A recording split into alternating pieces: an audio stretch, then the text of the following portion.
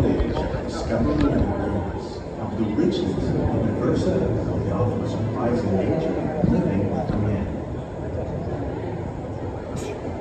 Our journey begins as dramatic and sudden changes are sweeping over the land. The approaching storm may seem violent and destructive to us, but to nature, it's a new beginning in the cycle of life.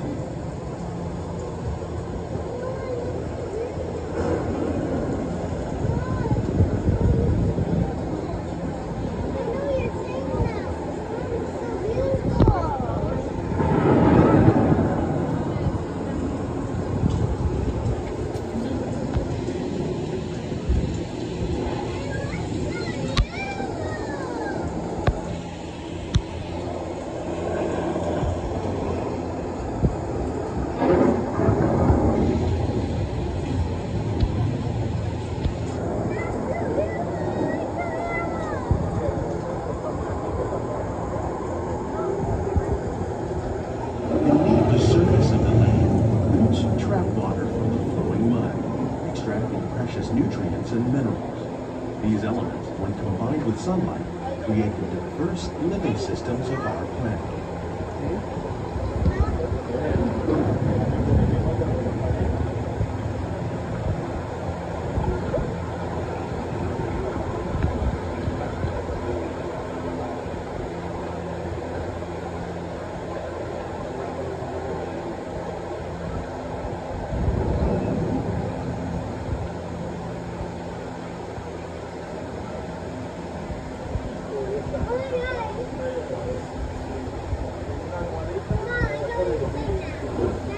One of those living systems is the rainforest, home to the most amazing concentration of life on our planet.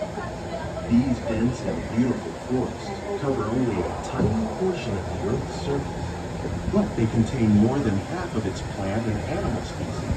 Rainforests are also extremely rich and productive living systems, providing us with oxygen, food, medicines, and other elements essential to our lives.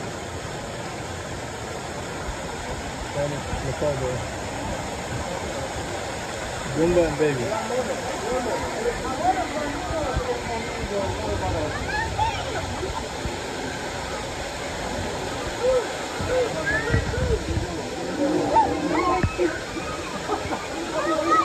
Yeah.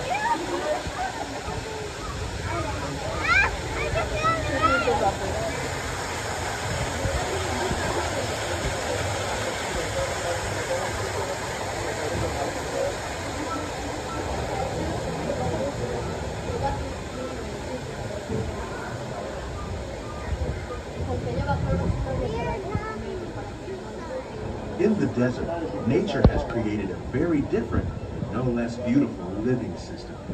And while this arid landscape may seem lifeless, it is very much alive. The plants and animals that have learned to survive in these harsh conditions make use of what little water they can find and avoid the scorching rays of the relentless sun.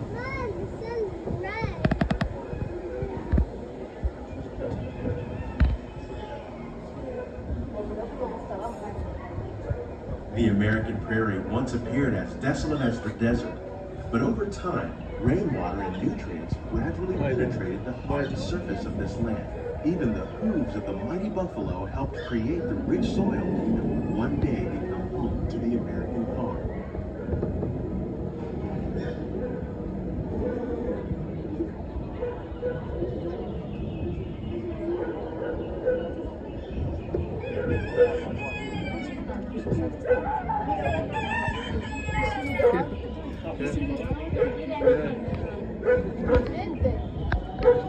Hey, Ben.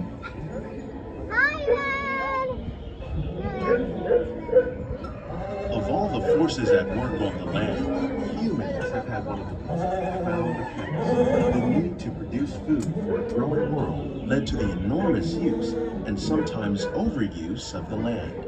In our search for more efficient ways to grow food, we often fail to realize the impact of our methods.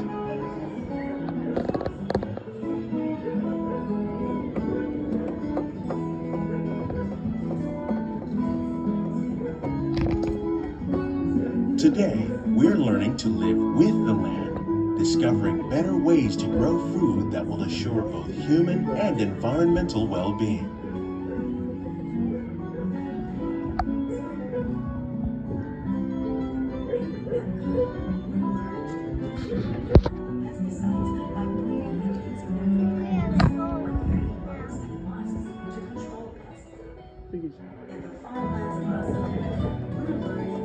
Plowing under vegetation containing natural fertilizers, we can enrich the soil without the use of chemicals. In arid regions, we're learning to produce food on desert seacoasts by developing and planting crops that thrive on salt water. In Japan, we're learning that by mixing leaves and other living materials into our soil, we can make farmland more fertile without the need for chemicals. Here at Epcot, we're learning to reduce the need for chemical pesticides by breeding and using natural predators, like ladybugs and wasps, to control pests. In the farmlands across America, we're learning that by plowing under vegetation containing natural. How will we meet tomorrow's growing needs for food production, yet still respect the needs of the land? Some of the answers are being discovered just ahead. To help us maintain these carefully controlled ecosystems, and for your safety, please remain seated in your boat at all times.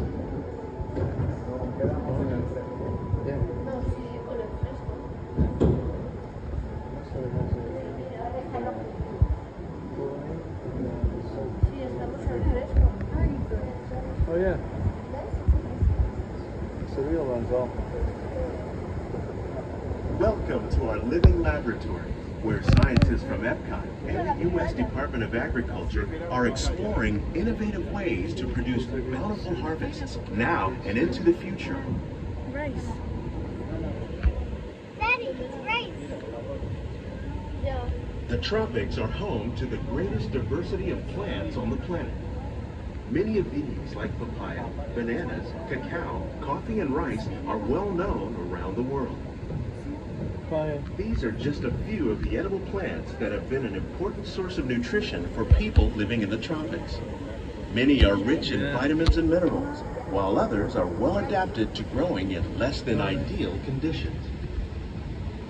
Some, like the water lily, thrive in wet, swampy areas and waterways. All parts of this plant, even the flower petals, are edible. The starchy root of the plant has long been used to make flour for baking.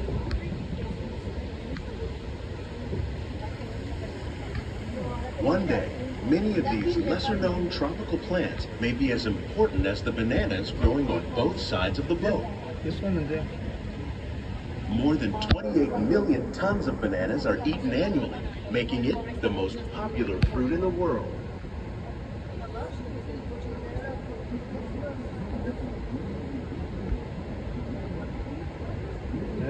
Daddy.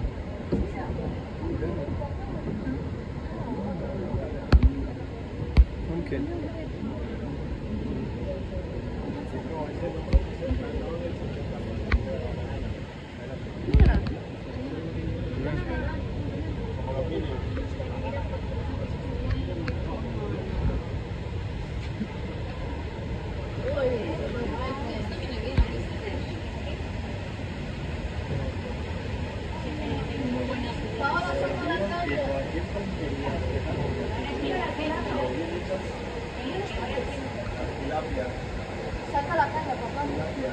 When we mention farming, we probably don't think of fish, but fish farming, or aquaculture, accounts for nearly half of all the seafood consumed globally. Tilapia, bass, and catfish, like the ones you see here, are three of the more popular crops raised by fish farmers. The sustainable system we're using here recycles the water in the tanks. As a result, we're able to save millions of gallons each year. Our small fish farm produces nearly 5,000 pounds of fish each year to serve in restaurants around Walt Disney World. Innovations like this can play an important role in our efforts to produce bountiful harvests and still protect natural resources. Yeah. 。 When we mention farming, we probably don't think of fish, but fish farming, or aquaculture, accounts for nearly half of all the seafood consumed globally. Tilapia, bass, and catfish, like the ones you see here, are three of the more popular crops raised by fish farmers. The sustainable system we're using here recycles the water in the tanks. As a result, we're able to save millions of gallons each year. Our small fish farm produces nearly 5,000 pounds of fish each year to serve in restaurants around Walt Disney World. Innovations like this can play an important role in our efforts to produce bountiful harvests and still protect natural resources. Yeah.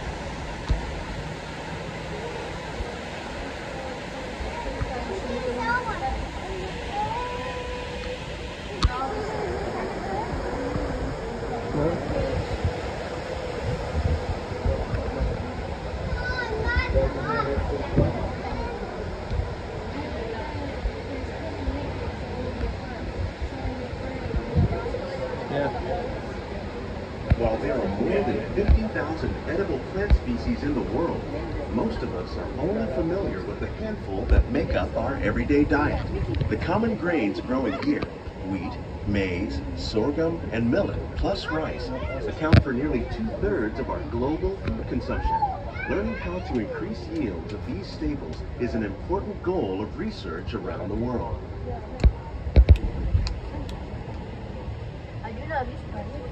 Santa's brown. B.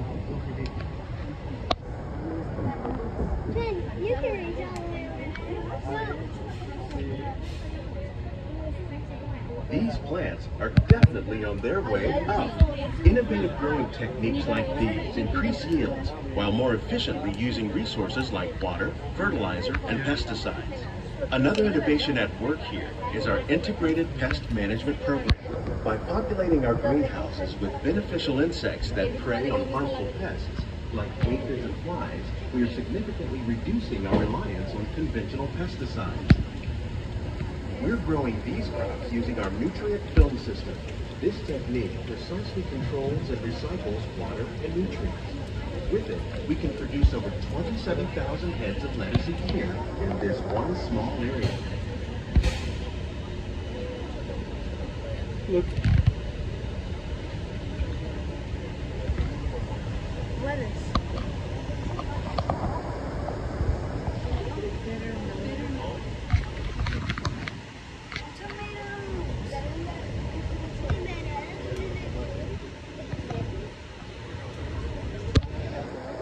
Some of our best ideas have been inspired by nature, like these fruit and vegetable trees.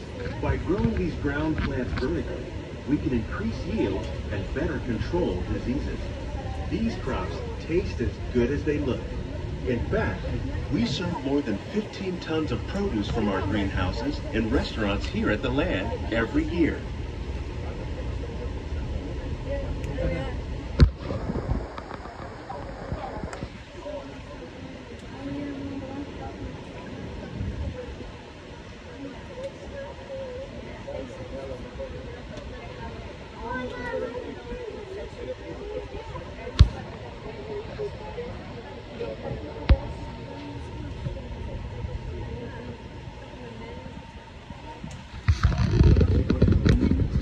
The future of agriculture may include innovative ideas like this vertical growing system. Plants grown in this way use a fraction of the space required by traditional growing methods. That saves water and increases production. The aquaponics system on your left combines hydroponics with aquaculture. The fish provide a natural source of fertilizer for the plants, and the plants help keep the water clean for the fish. It's another great way to produce more while using less. In our lab, Epcot scientists are working with the U.S. Department of Agriculture on a number of innovative projects. The goal of these efforts is to produce higher yielding and better quality plants.